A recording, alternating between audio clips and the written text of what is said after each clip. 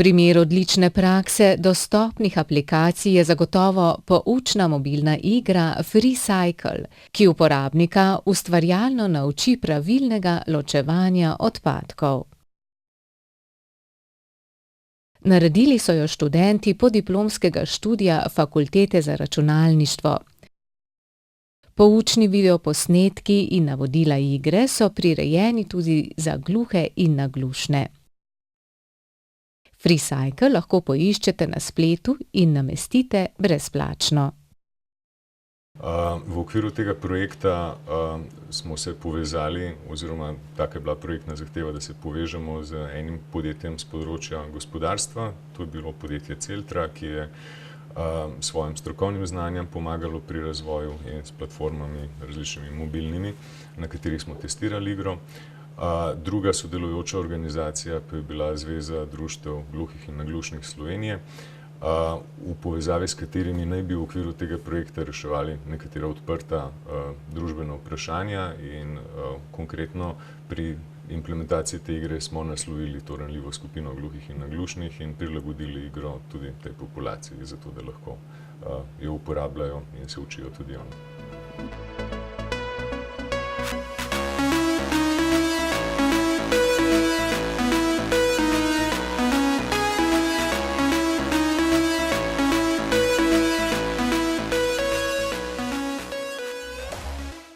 Igra je v bistvu torej zasnovana kot mobilna igra, namenjena je mobilnim napravam, telefonom, tablicam in podobno.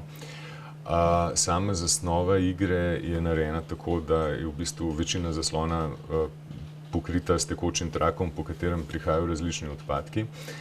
Študenti, ki so pač implementirali to igro, so narisali in kategorizirali 230 različnih odpadkov, katere ima potem igralec za nalogo razvrščati v posamezne zabojnike, ki so na dnu zaslona.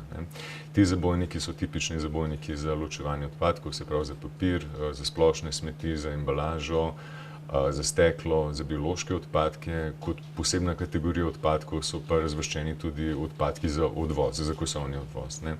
Tako da težavnost igre se stopnjuje s časoma, ker s tem, ko uporabnik oziroma igralec pravilno razvršča te odpadke, se hitrost tekočega traku stopnjuje.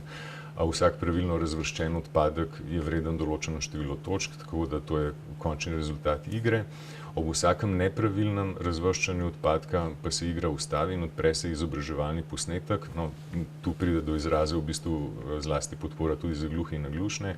To je izobraževalni posnetek, ki izobrazi igralca, kam bi ta odpadek moral biti pravilno razvrščen in razloži potem splošna pravila razvrščanja te kategorije odpadkov. Razvijalci se že dogovarjajo s službami, ki ravnajo z odpadki, da bi na zabojnike namestile QR kodo igre FreeCycle. Tako bi se jo mimoidoči lahko namestili na telefone. Načrtujejo pa tudi nadaljnjo nadgradnjo te priljubljene mobilne aplikacije.